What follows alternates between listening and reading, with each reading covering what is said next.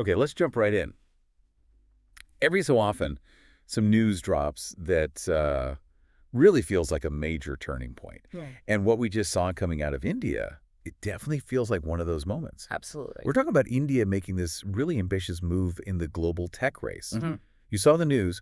The Union Cabinet just approved 4 new semiconductor projects. That's right. 4 of them. And these aren't, small pilot programs. It's a total of 4,600 crore. Hmm. It's huge. It's a significant sum, yeah. Spread across states like Odisha, Punjab, Andhra Pradesh, places maybe you wouldn't immediately think of for this kind of high-tech stuff. Hmm. People are calling it a strategic pivot.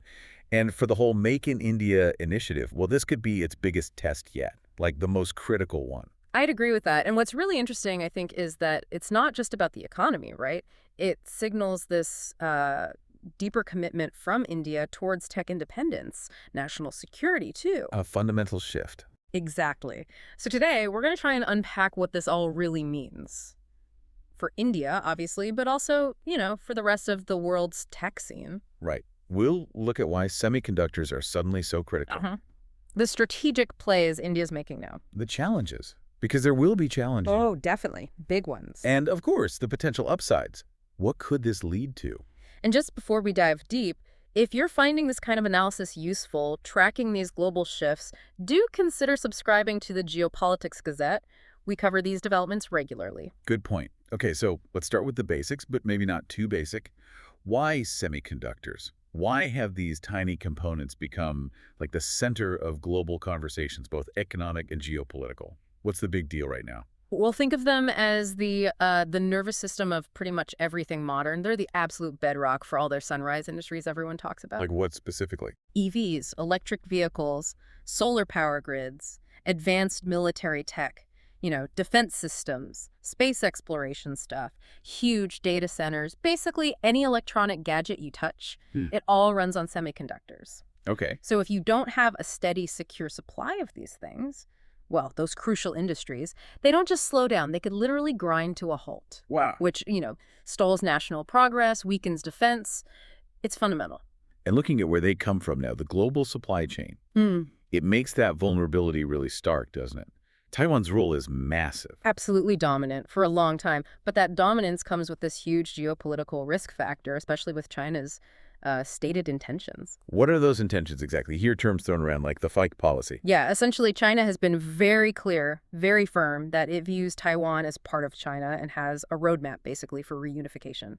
That possibility, however distant some think it might be, creates this massive potential disruption. Not just a supply chain hiccup, then. Oh, much more than that. If the chip supply from Taiwan gets seriously disrupted, it wouldn't just mean fewer smartphones. Think defense systems failing, EV production lines stopping cold, even critical medical equipment becoming unavailable. It's a genuine national security nightmare scenario for almost every major country. Right. And that realization, that urgency, it really seemed to crystallize for India, especially after the Galwan border incident.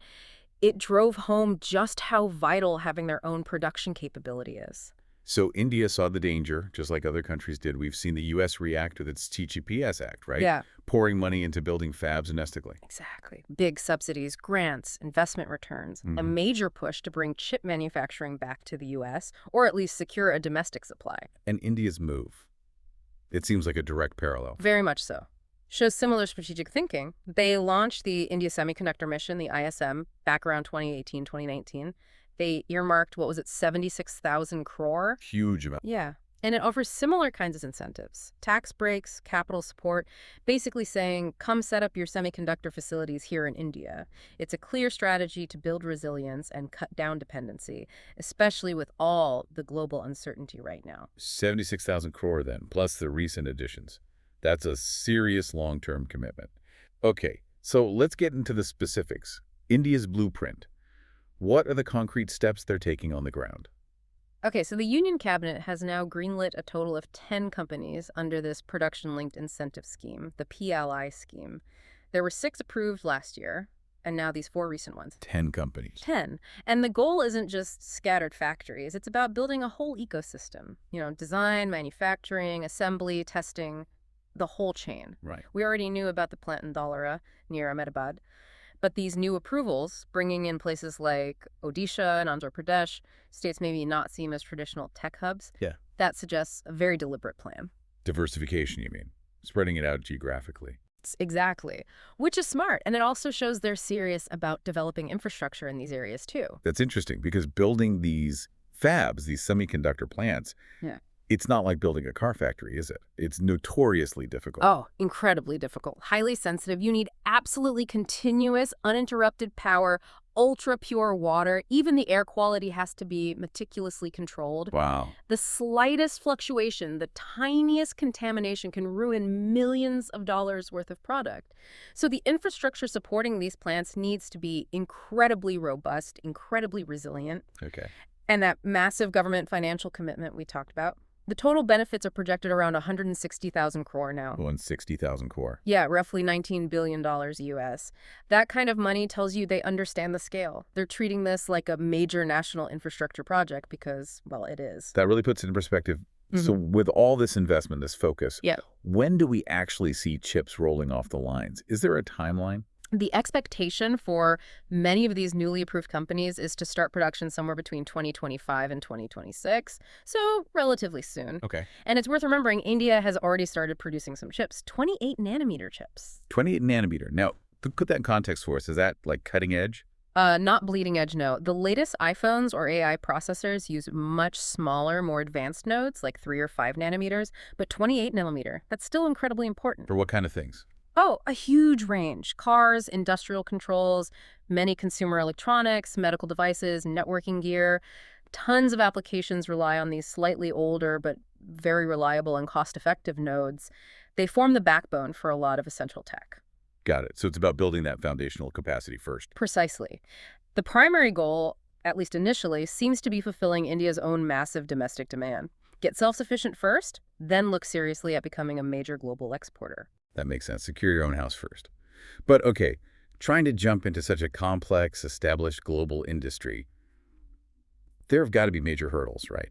What are the biggest challenges India is facing here? Oh, absolutely. Let's be clear. India isn't a major global player in chip manufacturing right now. This is the very beginning of that journey. Starting from not zero, but maybe close to it in actual fab terms. In terms of advanced fabs, yeah, pretty much.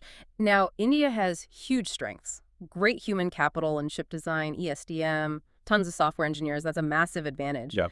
But there's a specific need for engineers trained in the really complex manufacturing processes, handling the delicate silicon wafers, operating the multi-million-dollar machinery that requires very specialized hands-on expertise, and building that talent pool takes time.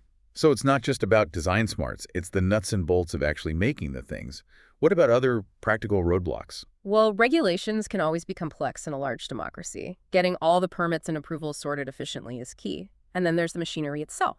Ah, the really specialized equipment. Exactly. Companies like ASML in the Netherlands make machines that are absolutely critical, especially for advanced chips. Getting access to that equipment, especially when global demand is high or there are, geopolitical restrictions or influences, that can be a real bottleneck. Like export controls or just long waiting lists? Could be either, or both. It really underscores why sustained government support is non-negotiable. This isn't an industry that just pops up organically through market forces when you're starting out. The government has to be deeply involved, continuously. Right. So that initial 40, 100, 600 crore, the 2,000 plus skilled jobs projected from these new plants, it's significant, but compared to India's total need. It's a start. Important baby steps, like you said.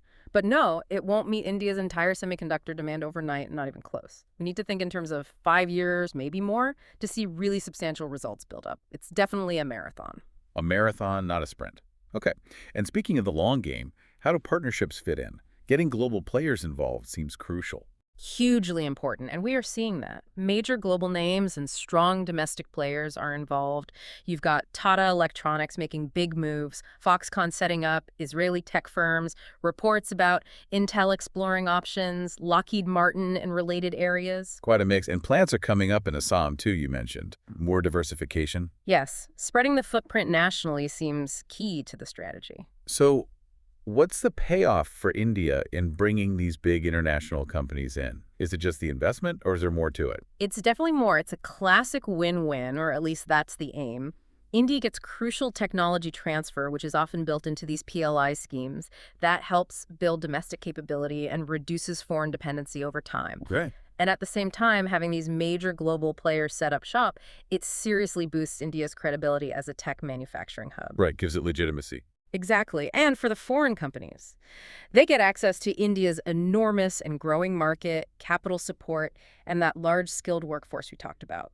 Plus, for many, it's about diversifying their supply chains, finding an alternative hub to, say, China. Building resilience for everyone involved. That's the idea. India potentially becomes a key node in a more distributed, more resilient global supply network for critical tech. And just touching on something you mentioned earlier, the speed. These approvals seem to be happening quite fast. The work seems to be starting quickly. What does that tell us? Well, from the outside looking in, it suggests a high level of government efficiency right now and a very proactive stance. Like they've identified this as a top national priority and are really pushing to fast track things, cut through red tape where possible. Focused execution. And a reminder, if you appreciate this kind of focused analysis on global economic and tech shifts, check out the Geopolitics Gazette. Subscribing helps support this work. Okay, so we've laid out the ambition, the plan, the money, the challenges, the partners. Which brings us to the big question. 2030. Can India realistically become a significant global chip manufacturer by then? Is that vision achievable? Hmm. It's ambitious, no doubt, but I'd Right. say yes, it is realistic, provided one key condition is met. Which is, Sustained political stability and policy continuity, the kind of intense government focus and support that's driving this push right now, that has to continue, pretty much uninterrupted. what happens if it doesn't, if there's a major political shift? Well, a change in government could easily mean a change in priorities, maybe a slowdown in reforms, maybe a shift towards more populist policies that might divert funds or attention away from these very capital-intensive, long gestation projects like semiconductor fabs. Development could stall. That's a huge factor then. It's not just about tech and money, but the political environment. Absolutely critical, which is why upcoming state elections are so important to watch. Uttar Pradesh in 2027, polls in Bihar, West Bengal, they're seen as major indicators for the general elections in 2029. Right.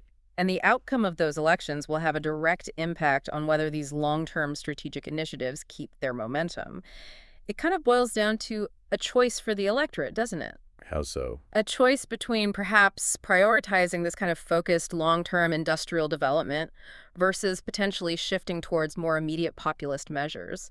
The direction the country takes politically will fundamentally shape its future in this critical semiconductor race. A really complex mix of technology, massive investment, and deep political currents. So, wrapping this up, India's big semiconductor push. It's bold, it's complicated, but it feels absolutely vital for their future, right? Yeah. Tech independence, economic growth. Couldn't agree more. The groundwork is definitely being laid now. But the journey ahead needs that unwavering commitment we talked about. It's a massive undertaking. And that's why understanding all these moving parts is so important for you, our listener. Because this doesn't just affect India. It ripples out globally, impacting technology, economies, even geopolitics for decades to come. Indeed. What happens here matters everywhere. So before we sign off, here's something for you to think about. We've talked about the debt challenges, the huge money involved, the crucial role of political stability. Given all that, what single factor do you think will ultimately be the most decisive one in determining if India hits those ambitious 2030 semiconductor goals? Definitely something to chew on. And one last time, if you found this conversation valuable, please do subscribe to the deep dive and check out the Geopolitics Gazette for ongoing coverage of these critical global trends. Thanks for tuning in.